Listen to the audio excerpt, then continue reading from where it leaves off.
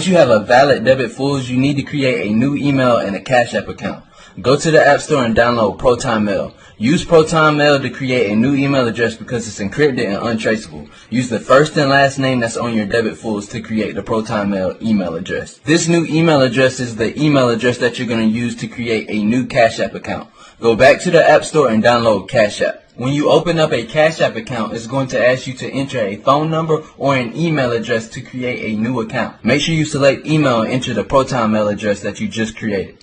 To finish setting up the Cashapp account, use the credentials from your Debit Fullz. Do not use any personal information to set up this new Cashapp account. After creating an account, it's going to ask you to link a bank using a debit card. Enter the debit card credentials from your Debit Fullz. If you have a valid Debit Plus Fullz, the card will link with no problem. After completing this step, you should be able to go to banks on the Cashapp account profile and see the debit card linked to the account. Now, you're almost ready to cash out. Make sure you watch this entire video so that you don't miss any steps and fuck this up. Go to the Cashapp home screen where it shows your $0 balance and click Add Cash.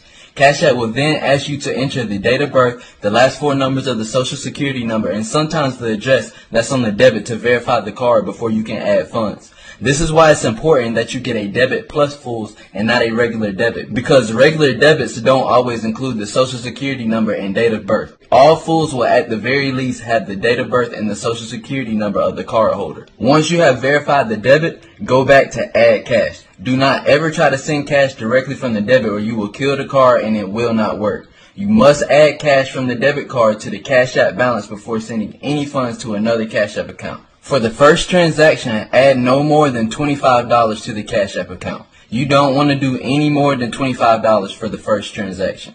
Once you successfully add the first $25 payment to the Cashapp balance, you know that you can make some money. Good shit. Go to Add Cash again and this time add $27 or $28. Each time you add to the Cashapp balance, it's best to use a different number than before and wait 30 to 40 seconds between each transaction. After the first 2 or 3 transactions, it's okay to add over $100.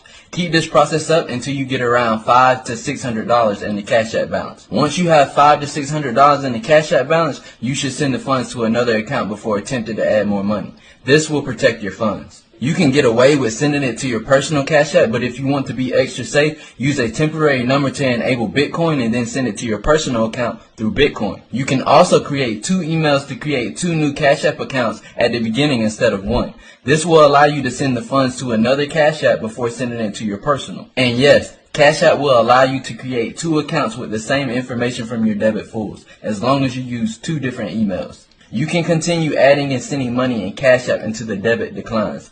After the card declines, transfer any money sitting in the Cashapp account to another Cashapp account immediately. Wait around 5 or 10 minutes before you try to add funds again. Most of the time, after the debit declines the first time, you won't be able to use it again, but it's always good to check. Once you get all the funds into your personal Cashapp,